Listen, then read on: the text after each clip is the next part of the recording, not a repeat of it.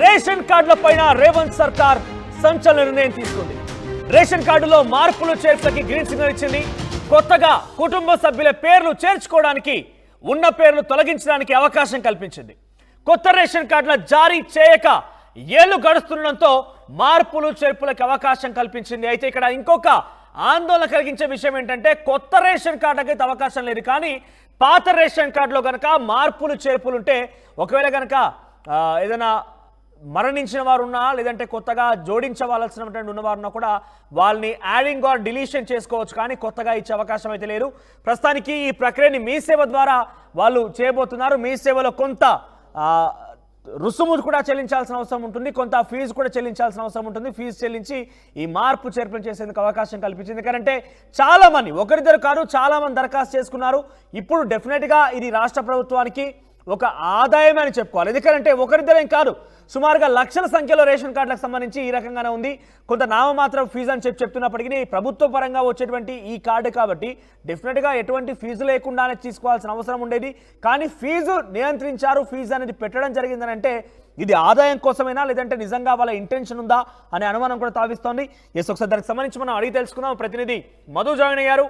Madhu, ration కార్డులో మార్పు చేర్పులకు కొత్త రేషన్ కార్డు కోసం చాలా మంది అడుగుతున్నారు. కొత్త రేషన్ కార్డుతో పాటుగా ఈ మార్పు చేర్పులు కూడా జరిగే అవకాశం ఉండేది, కానీ ఇక్కడ కేవలం మార్పు చేర్పులకు అవకాశం కల్పించారంటే ఇప్పట్లో కొత్త రేషన్ కార్డు లేనట్టేనా?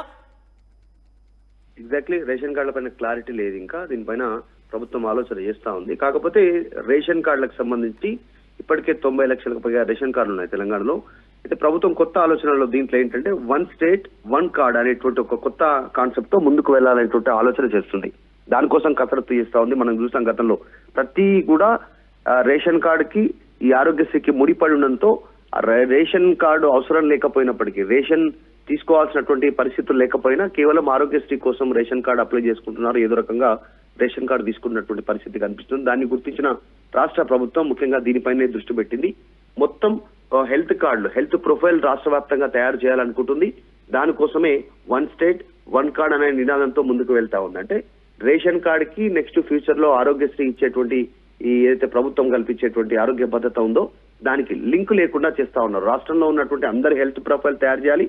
ప్రతి ఒక్కరికి ఆరోగ్యశ్రీ బిలో బీపీఎల్ ఉన్నటువంటి వాళ్ళందరికీ కూడా ఆరోగ్యశ్రీ కల్పించాలి. 10 లక్షల ఆరోగ్య బీమా అనేటువంటిది ప్రభుత్వం ఆలోచన చేస్తా ఉంది. దానికోసమే రేషన్ కార్డులో మార్పులు చేర్పులు తీసుకొస్తూ కొత్త వారి పేర్లు, ఇప్పుడు ఉమ్మడి కుటుంబంలో ఉన్నటువంటి వాళ్ళు పెళ్ళై బయటకు వెళ్ళిపోయినటువంటి వారు ఉన్నారు. కాకపోతే వారందరికి సంబంధించినటువంటి ఒకే కార్డులో ఉన్నటువంటి సిచ్యువేషన్ ఉంది.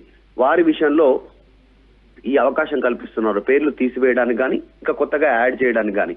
ఇప్పుడు పెళ్లి అయిన తర్వాత కుటుంబ సభ్యుల వివరాల యాడింగ్ కోసం, తర్వాత అప్పుడే పిల్లలు పుట్టినటువంటి వారి పేర్లను యాడ్ చేయడం కోసం, అడ్రస్ మారినటువంటి దగ్గర అడ్రస్ మార్చుకోవడానికి అవకాశం కోసం అన్ని అవకాశం కల్పిస్తుంది. కాకపోతే కొత్త రేషన్ కార్డులకి ప్రభుత్వం ఇప్పుడే అనుమతి లేదు.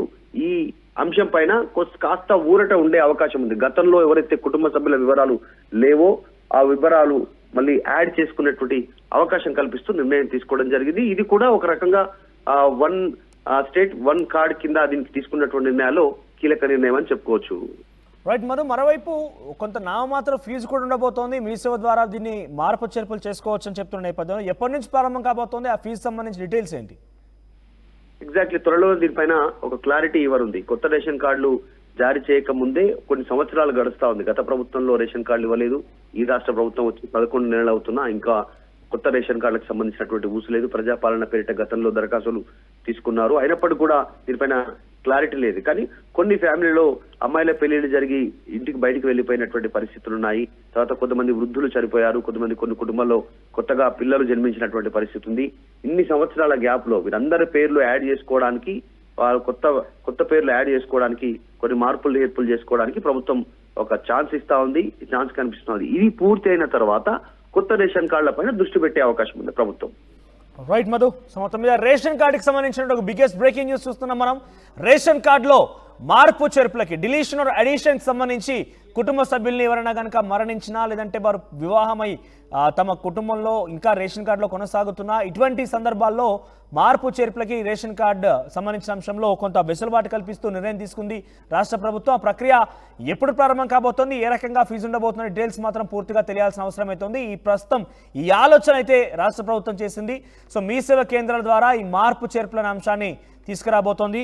అయితే ఈ అంశం చూసిన తర్వాత కొత్త రేషన్ కార్డులకు సంబంధించి ఇంకా కొంత ఆలస్యమయ్యే అవకాశం కనబడుతుంది. ప్రస్తుతానికి ఈ డిలీషన్ ఆర్ అడిషన్కి సంబంధించి అంటే ఎవరైతే మార్పు చేర్పులు ఫ్యామిలీ మెంబర్ని యాడ్ చేయడం కానివ్వండి, పాతగా ఉన్నటువంటి ఫ్యామిలీ మెంబర్ మరణించినా వివాహం చేసుకుని వెళ్ళిపోయిన వారిని డిలీట్ చేయడంతో పాటుగా ఇది అయిపోయిన తర్వాత, ఈ ప్రక్రియ అయిపోయిన తర్వాత తిరిగి కొత్త రేషన్ కార్డుకి సంబంధించి